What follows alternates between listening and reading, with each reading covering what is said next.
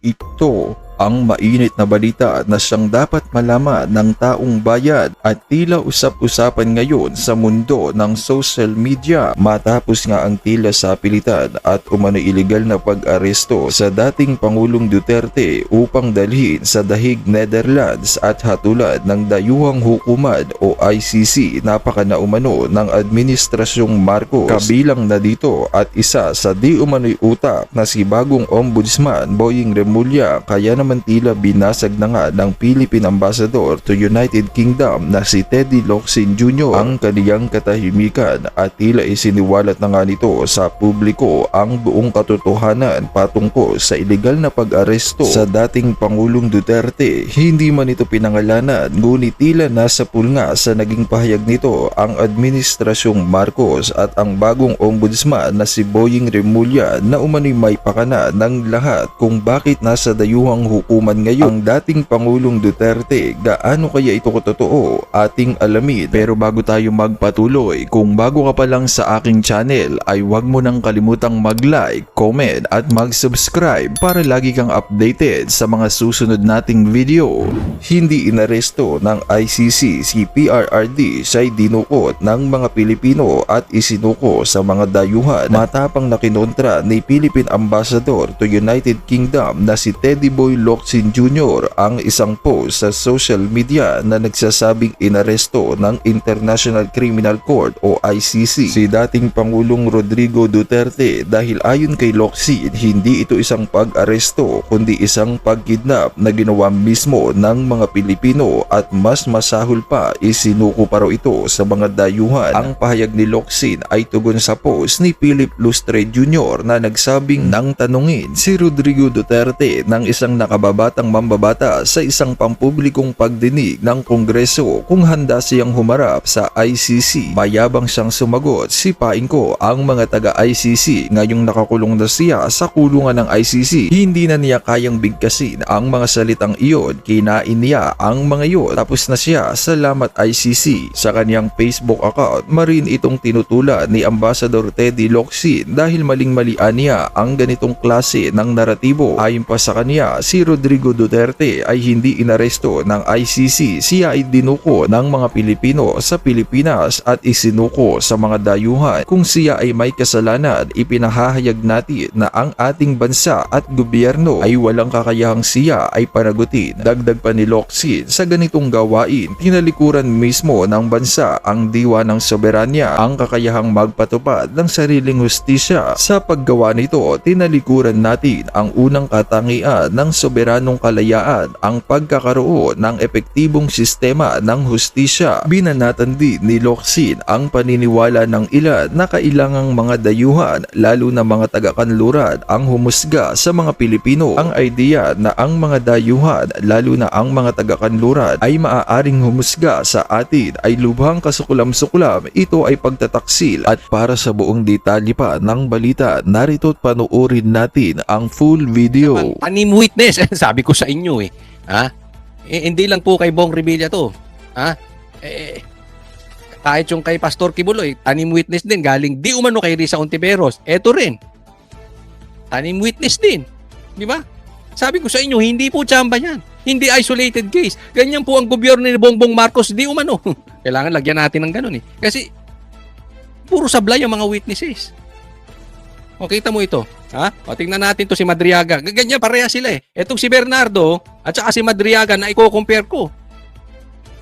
Parehas sinungaling na mga witnesses. Bumalag ang nagpakilalang bagman ni Vice President Sara Duterte na si Ramil Madriaga sa hamong suntukan ni Davao City Mayor Baste Duterte. Kumasa si Madriaga, isa raw karangalan ang makipagsuntukan. Okay, teka muna ha. Okay, bago natin simulan, ha, kasi nagkahamunan ng suntukan, tingnan nyo po kung paano ibinalita ito. Ha? I-observe nyo ang quality ng balita ng mainstream media. Kayo na po ang humusga.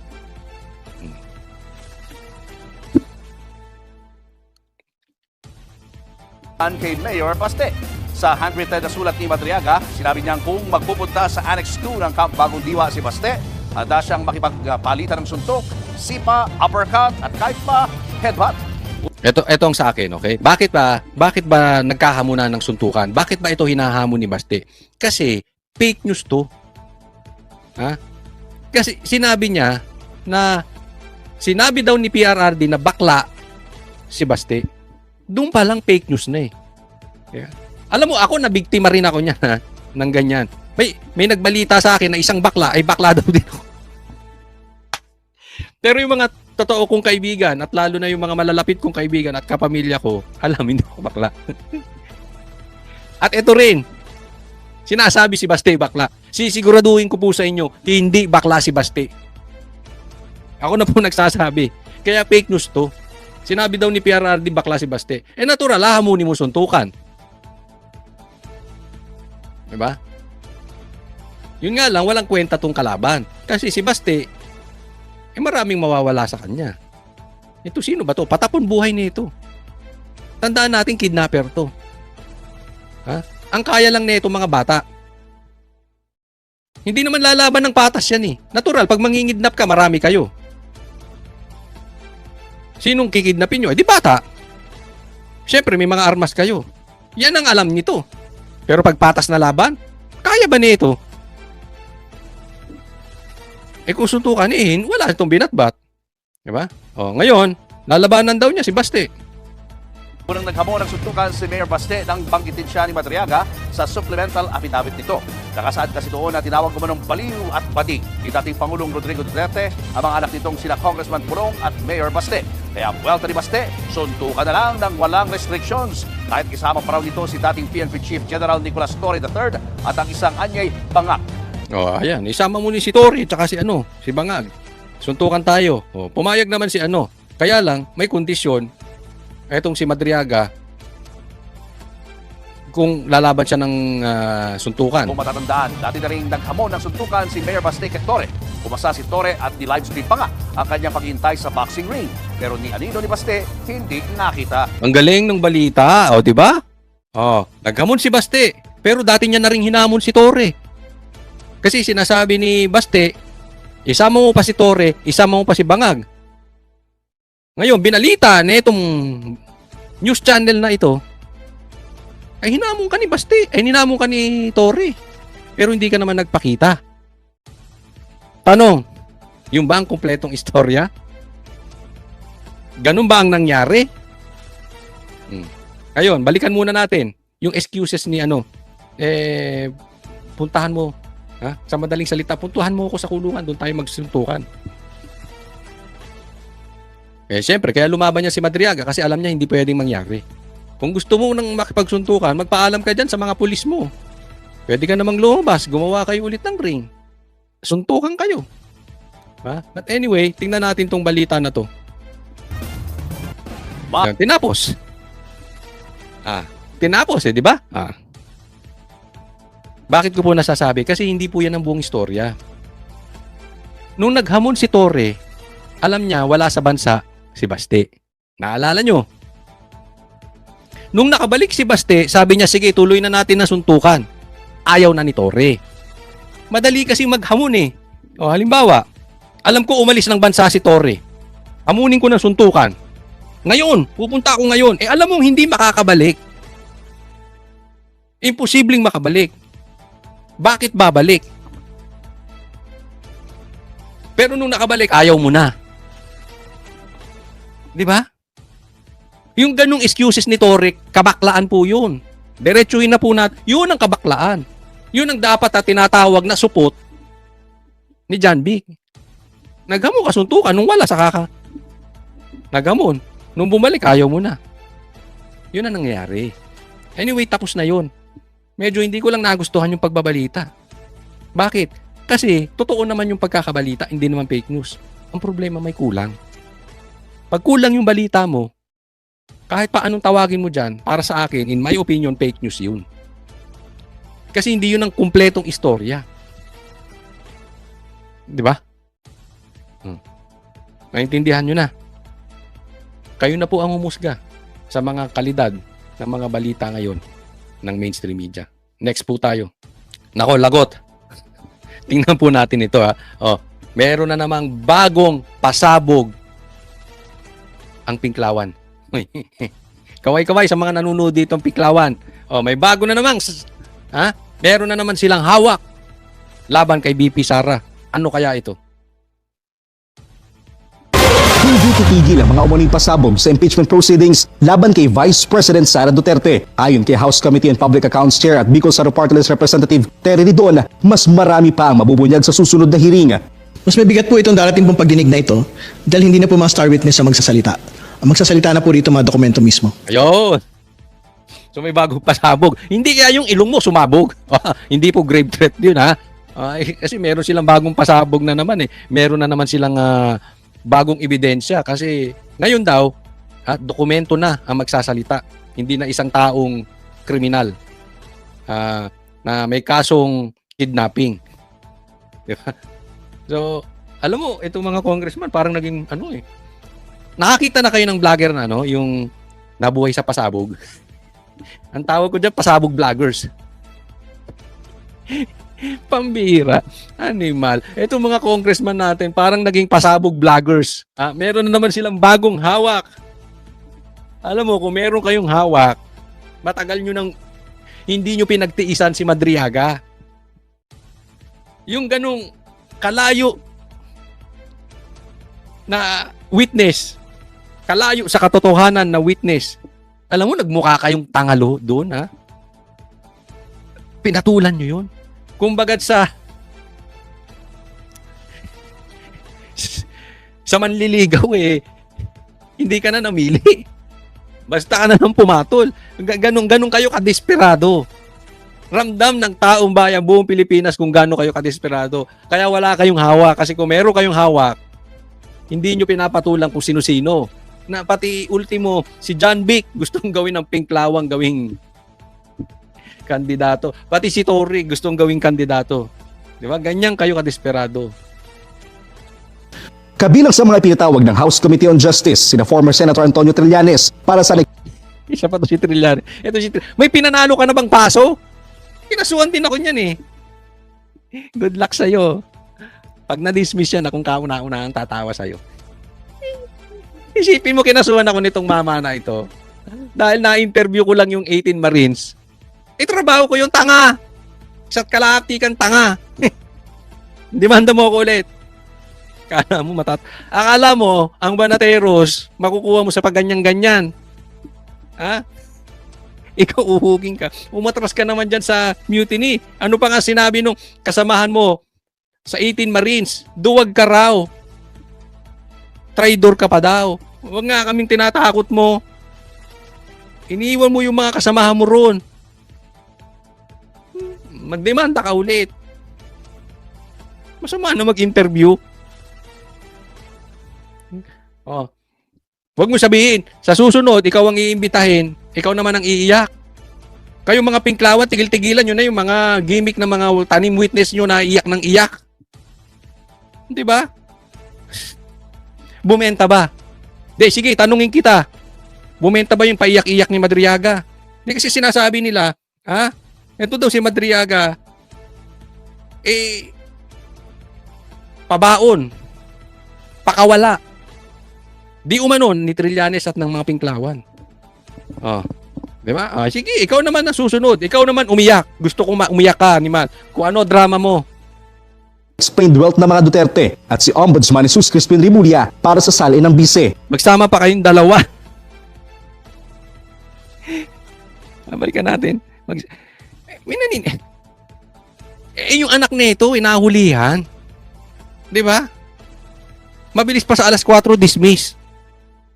Nagpadala ng sa bahay ng high grade kush. Nabalita yun, di ba? Tapos na-dismiss na. Ang galing, no? Tapos yung PIDEA chief, napalitan agad.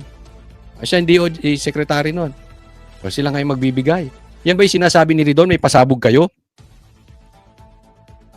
Na ikaw naman ay napadala na kasama mo daw na nabigyan ng pera ng pag-aasikaso sa ICC, sabi ng 18 Marines, at kinonfirma rin ni Boying na kayo rin ang magkasama sa pagpapadala sa ICC kay PRRD. Ngayon may pasabog kayo kay Sara. Sinong tanga maniniwala sa inyong dalawa? Hindi, kayo mga maniniwala ba kayo sa sasabihin nito? Alam mong galit sa Duterte, lalo na to si Trillanes. Ito si Boying, iba, negosyante lang siguro to. Kung asaan ng masarap, dun yan. Pero si Trillanes, wala talaga yan. Dek, sige, tanong kayo, maniniwala ba kayo kung ano pa ilalabas na ebidensya nitong dalawa? Yan na ang star witness nyo. Ridon, sila na ang pasabog. Wow. Good luck. Pero tila imposible na raw na sumipot pa si VP Sara sa kamera. Siyempre sa dulot-dulo naman ho, yung pong pangalawang pangulo po yung magpapasya, kung magpapakita siya o hindi. Dahil pag nagpakita siya, ma-dismantle na po yung posisyon nila sa Korte Suprema dahil kine-question niya ho yung pong pagkakaroon mismo ng proceedings. Hindi na invited ang nagpakilalang bagman umano ni VP Sara na si Ramil Madriaga sa susunod na pagdinig. Naisubitin na rin ang Hindi na invited. Bakit? Nagkalat eh. Bilib ako rito, pag nasampa yung impeachment at talagang nagkaroon na ng pagdinig sa Senado, kasi sa Senado po talaga didinggin yan. Baka umihi sa salawal ito pag natanong to ni Marcoleta. Pag ito natanong ni Cayetano, ni Marcoleta, ni Escudero, baka umihi sa pantalon to. Kaya lang, si Lacson, kahit hindi tinatanong, baka siya naman ang sumagot. Yung mag-boyfriend, itong dalawang mag-boyfriend na si Lacson at saka si Tito Soto, kahit hindi sila tinatanong, sila sumagot. Walang alam to, anong isasagot niyan? Lahat ng sinabi niya kasi nungalingan, pati yung painting. Magkaibigan daw sila ni Sara pero meron siyang fan sign. Gago rin no? Ngayon, hindi na iimbitahan sa susunod. Bakit nagkalat? Kung matibay yung ebidensyang binitawan nito, si Madriaga, at ito ay totoong witness na totoong malapit kay Sara, pauulit-ulitin nila yan. Kahit pilipitin ni Marcoleta leeg niyan, yung totoo. Hindi matatakot na ibabalik at ibabalik yan dyan sa Kongreso. Nung nakita nga itong si Marcoleta, tumayo Yung anak pa lang yan. Pagdating yan sa Senado, ihi sa salawal yan. Nalabanan pa ng suntukan si Baste. Baka mangiyak, lalong umiyak, humagulgul yan. Tapos po ito si Madriaga. Kaya ayaw nang imbitahan kampo ni Madriaga ang kanyang supplemental affidavit sa Office of the Ombudsman para sa angkop na pagsusuri sa mga pahayag niya sa Kamara para sa agenda ay sayang. Alam mo? Sabit lahat ang pagpaplano ni Trillanes ng mga pinklawan laban kay VP Sara. Yan ang kumakalat di ba? Kayo na humusga. Pero kung opinion nyo, tatanungin ko. Lahat nitong mga planong ito, kargado, pakawala ng pinklawan. Sabit ang mga plano nila. Ito, malaking ebidensya, nasabit yung mga plano nila. Tingnan po natin to kasi sinabi, mahina daw ang ulo nitong si Sara, sabi ni Madriaga. Tingnan nyo kung gaano sila ka-fake news. Ang problema, hindi nila alam nitong pinklawan bubuelta sa kanila ngayon. Nayari sila, di ba? Gusto nilang sirahan si Sara, mahina ang utak, at tinulungan lang para makapasa sa bar. Pero tingnan natin compare natin. Si Sara, first take, nung nag-take ng bar, pasado. Ang score, 80. Si Lenny, pumasa, take 2. So, ibig sabihin, nung una, bagsak si Lenny. Nagigets nyo? Si PRRD, pasado rin. Again, one take. Gets? Gusto nilang sirain si Sara nitong mga pinklawan para umangat si Lenny. Ang problema, pag fake news, pag nag-iisip ka ng masama sa kapwa mo, ayaw niyong lumaban ng patas, Hindi nyo alam, yung mga pinagpaplano ninyo, bumabalik. O di bumalik. Sinong nasira dito? Nalantad tuloy si Lenny take 2 sa bar. Sino mahina utak? Yung take 1 o yung take 2? Anong score ni Lenny sa bar? -2 kay Sarah. So I assume 78. Si Sarah kasi 80. Puntahan pa natin. Si Risa Ontiveros, yung pinagmamalakay ng Pinklawan bukod kay Lenny. Hindi abogado. Si Bongbong Marcos, na kinakain suka ng Dilawan, hindi rin abogado. So, sino nasira? Yung sinasabi nilang mahina ang utak ni Sarah. Kasi alam mo, binanggit pa yan eh. Hindi ko nga maintindihan ba't binanggit pa ni Madriaga yan. Halatang halata na hinug sa pilit, pinagpilitan lang ibanggit kasi wala namang connection yan dun sa confidential funds. Kailangan lang niyang banggitin para masira si BP Sara. Yun lang purpose. Wala pong connection sa pagnanakaw sa kaban ng bayan. Pero dahil sa kadesperaduhan ng Pinklawan, ginawa nila. Ano ngayon? Nagbuelta. Di ba lugaw yan si Lenny? I mean, siraan nyo na siguro si Sarah sa ibang lugar. Huwag na yung pagiging corrupt or yung mahina ang utak. Kasi babalik po sa inyong lahat. Next. Eto. Pag-usapan po natin. Parang medyo nagbaw dito si Ping Lacson kay Panelo. Medyo parang parang type ni ni Lacson si Panelo. Sige, pakinggan po natin. Kahapon, we had Attorney Sal Panelo on the show, and he says he's confident only 4 members of Senate will vote for the Vice President's conviction. And I will quote you exactly what he said. Sabi niya, 4 na pusakal. yes, sa trial, maniwala kayo, 4 lang ang boboto ng conviction. Kasi yung mga pusakal na kontra kay VP Sara, si Ontiveros, si Pangilinan, si Lacson, si Soto, yung 4 na yon, definitely conviction yun. Can I have your response, please? Alam mo, much as I don't want to comment on a nonsensical comment or statement, pero dapat sagutin din bakit marunong pa siya sa amin? Ako, walang pwede magsalita on my behalf. I can speak for myself, except the evidence. Sinabi ko na yan we'll always be guided by the evidence. Wala. So, ganito lang.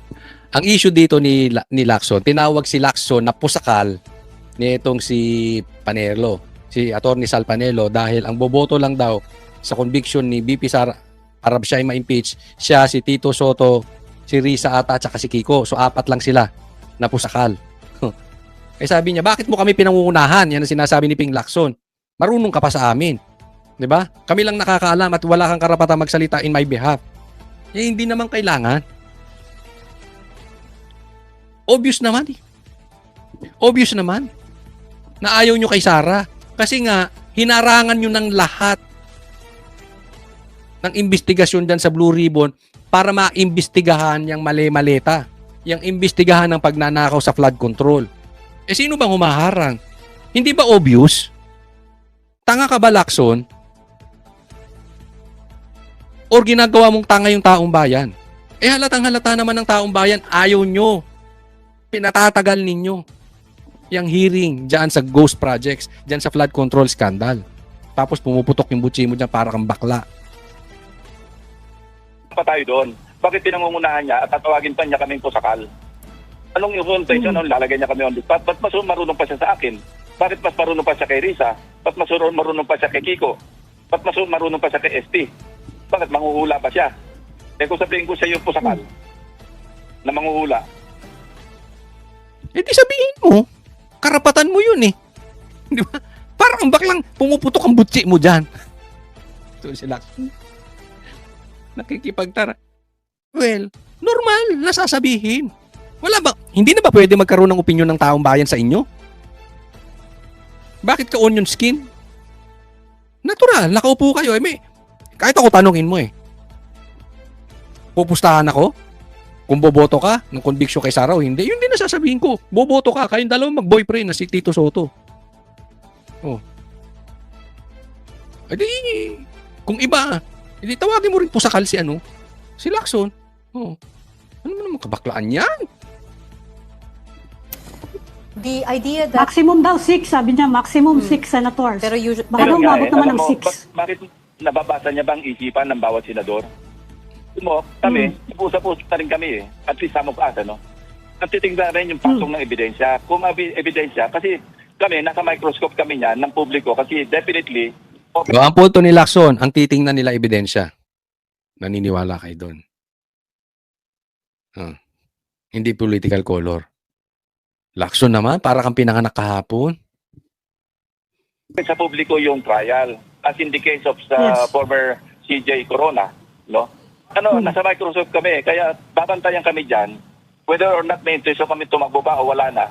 Eh, mo, nagmamasang kami, obserbahan kami, at kung malabo naman ang ebidensya at magkukonvict pa rin kami, ano mahihita namin doon? Yun ang iwanan naming legacy, dalawa ni Senate President. Ano makikita nyo? Maleta. Ano makikita nyo? Bayad utang. Nanalo kayo, di ba? Hindi ko po sinasabi mga koraptong mga to. Ang sinasabi ko yung possibility na anong mahihita nyo. Ano bang nahihita ng isang politikong nagsisinungaling? Ano yung first time? First time bang gagawin ng politiko yan? So, ibig mong sabihin, malinis kayo, sobra. Yang ginagawa nyong yan, malinis kayo, sobra. Ay, wow. Hiyang-hiya naman ako sa inyo ni Tito Soto. Hiyang-hiya ako! Kaya naman anong masasabi mo sa balitang ito? Kung mayroon kang hinaing at komento ay mag-comment ka lamang sa ibaba ng videong ito. Maraming salamat.